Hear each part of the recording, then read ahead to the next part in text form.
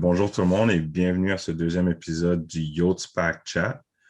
Aujourd'hui, on a la chance d'avoir avec nous Monsieur David Touchette, qui est le directeur des programmes des sports à la Cité. Donc, bonjour Dave, comment ça va? Ça va très bien, Abdou, merci. Et toi? Très bien. Donc, merci de prendre le temps d'être avec nous ici aujourd'hui puis de répondre à quelques questions pour les étudiants. Donc, ça va plutôt toucher aux divers programmes sportifs et comment ils ont été affectés durant ce temps avec la pandémie. Donc, je vais commencer juste avec comment difficile a été la navigation des programmes durant la dernière année durant la pandémie. Regarde, on ne se cache pas rien, ça a sûrement été un grand défi.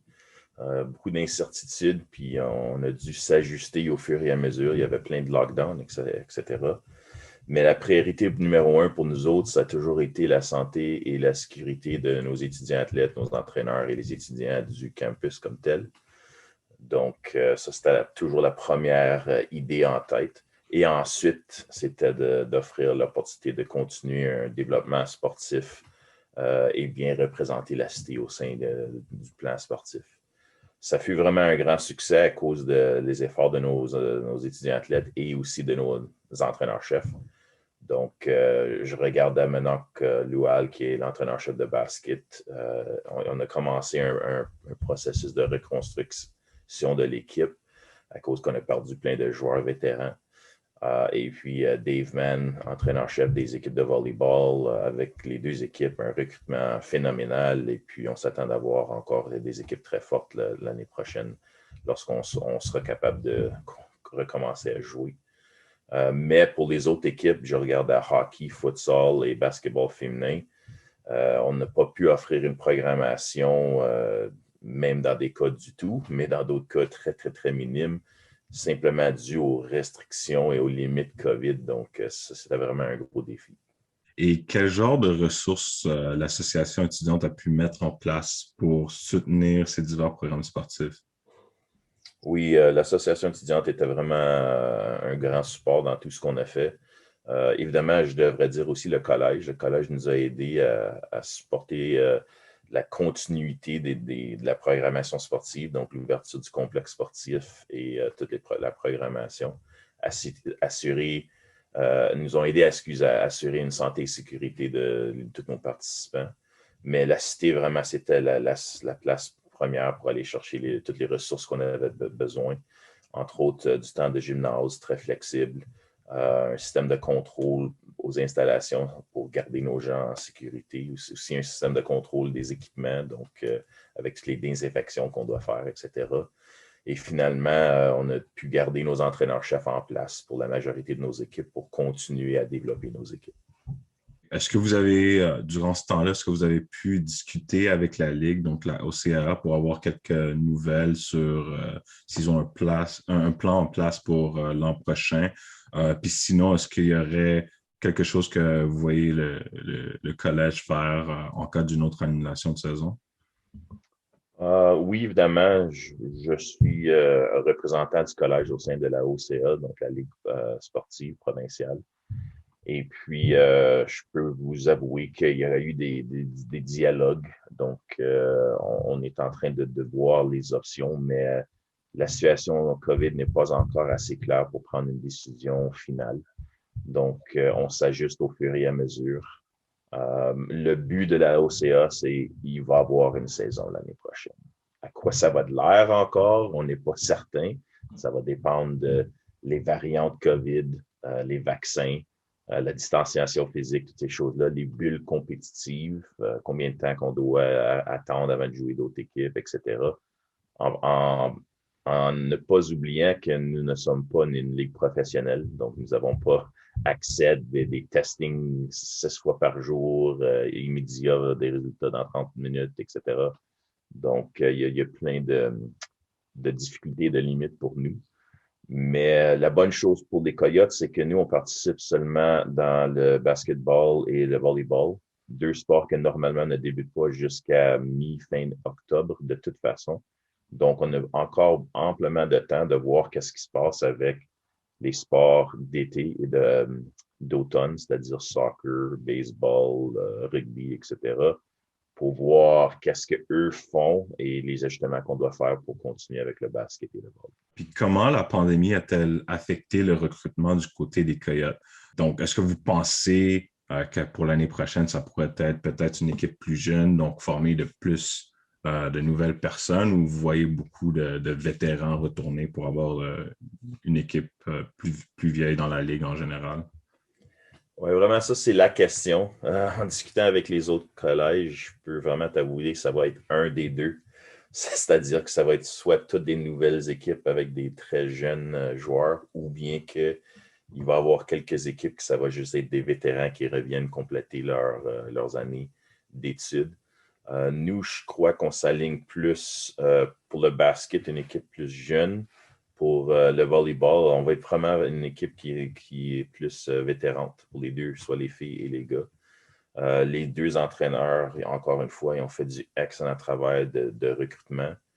Maintenant que lui, avec l'équipe de basket, il a pu aller faire du recrutement pour aller chercher des jeunes joueurs très passionnés et talentueux pour justement faire un complément avec des joueurs vétérans qu'on espère revoir en septembre. Donc, les Olga Gadiba, les Salim Koulibaly, les Ilan Kouassi qui fait un retour possible avec nous. Donc, on s'attend quand même qu'on va être une équipe assez équilibrée à ce niveau-là, mais un petit peu jeune. Volleyball féminin, il y a encore une fois excellent recrutement de Dave Mann. Et puis, on a des vétérans qui reviennent. La majorité des joueurs reviennent de l'année, 2 ans passés, quand on avait une saison. Mais on rajoute quelques recrues clés. Donc, on s'attend de faire un retour aux séries éliminatoires.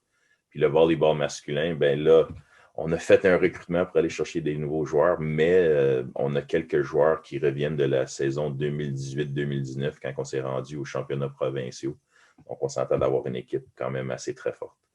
Ça va être cool, ça, d'avoir des vétérans qui ont gagné ou qui sont partis loin pour revenir, surtout si ça va être une genre de saison qui va avoir beaucoup de jeunes. C'est sûr que ça va vraiment aider. Donc, encore dans le même sens, est-ce que vous avez des conseils pour les jeunes, dans le fond, qui viennent de graduer puis qui voudraient faire partie des Coyotes en septembre? Est-ce que vous avez des conseils pour eux, comment ils pourraient s'adapter ou bien qu'est-ce qu'ils pourraient faire pendant le temps de la pandémie pour être prêts? Réellement, Abdul, pour tous les gens qui aimeraient jouer collégial, surtout à la Cité, que ce soit un nouveau joueur qui sort d'une école secondaire ou qu'un vétéran qui veut faire un retour, disons. La première étape et l'étape primaire, ce serait de communiquer avec l'entraîneur-chef de l'équipe.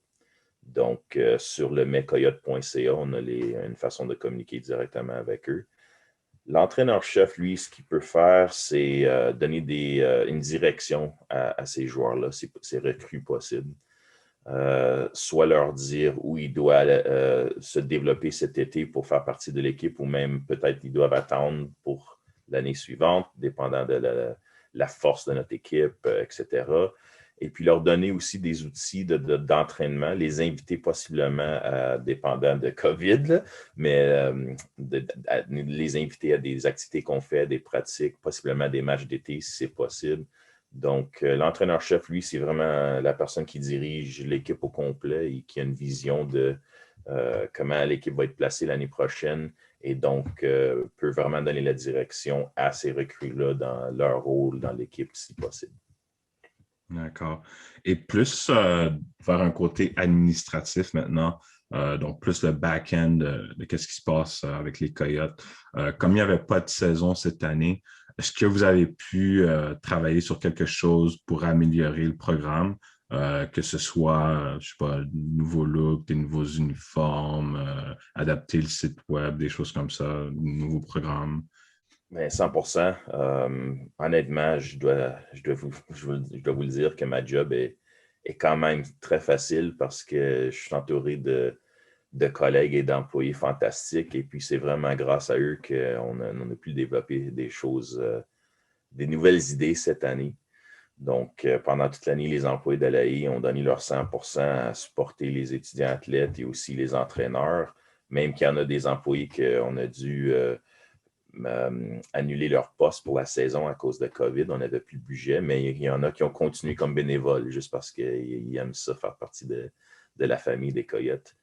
Donc, on a pu améliorer la programmation sportive, évidemment, mais on a pu aussi améliorer, on va avoir des nouveaux sites web qui sortent bientôt.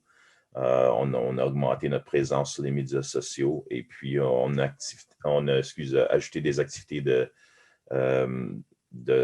plein air, c'est-à-dire du hiking, des randonnées en raquettes de neige, etc. Et finalement, le e-sport, on se lance dans ce domaine-là. Présentement, c'est plus un côté récréatif, mais on a la chance d'aller plus compétitif, dépendant de l'intérêt des étudiants. OK, donc le e-sport, donc ça serait une nouvelle voie, un nouveau programme que le collège voudrait prendre. Est-ce que ça serait à cause de la pandémie? Est-ce que vous voyez juste ça comme une chose pour remplacer les sports pendant la pandémie ou vous voyez vraiment un futur dans ça dans l'avenir? Pour être honnête avec toi, ça va dépendre vraiment, comme j'ai dit, de l'intérêt des étudiants. C'est-à-dire que pendant la pandémie, c'était juste une façon de garder une programmation sportive pour les étudiants du collège. Donc, c'était vu plus comme une programmation récréative. Et puis, nous croyons que nous pouvons continuer à offrir cette programmation-là, peu importe s'il y a une saison ou non. Ça n'a vraiment pas rapport avec s'il y a une pandémie ou non. On peut continuer à l'offrir.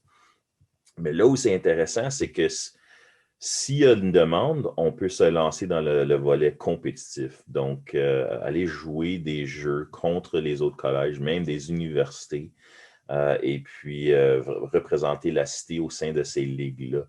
On commence à voir qu'il y a quelques joueurs sur campus qui s'intéressent, mais ça prend une équipe. Donc, ça va dépendre. En septembre, on va voir qui sont les nouveaux étudiants à la cité, qui sont les étudiants qui reviennent et puis qui ont un intérêt vraiment fort là-dedans.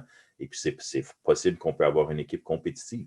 Et pour finir, y aurait-il une leçon ou quelque chose que vous avez appris durant toute cette expérience de la pandémie? Mais regarde, je pense qu'on a tout appris quelque chose, là. Il y a plein de nouveautés dans notre vie. Mais la première chose qui me vient à l'esprit, c'est que je suis vraiment fier de ce que j'ai vu à la Cité, c'est-à-dire que j'ai appris que les employés de la Cité, de l'association étudiante, les employés dans le support sportif, les étudiants athlètes, on est tous capables de choses impressionnantes, c'est-à-dire de flexibilité et d'être adaptable et de rester motivé et passionné malgré des situations difficiles.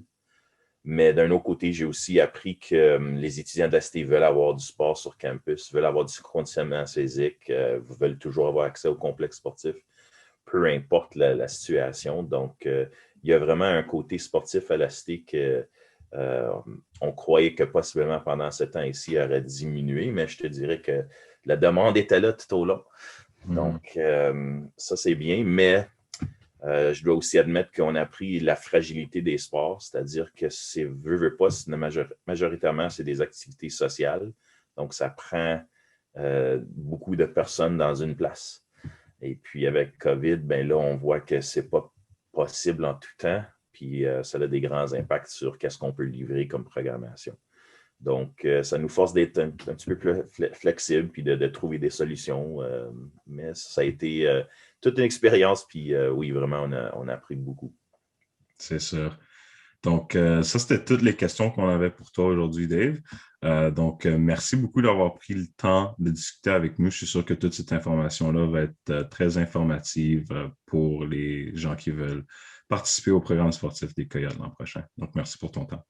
Parfait. Il n'y a rien là. J'espère que tout le monde, vous le savez, que je suis toujours prêt à parler des sports.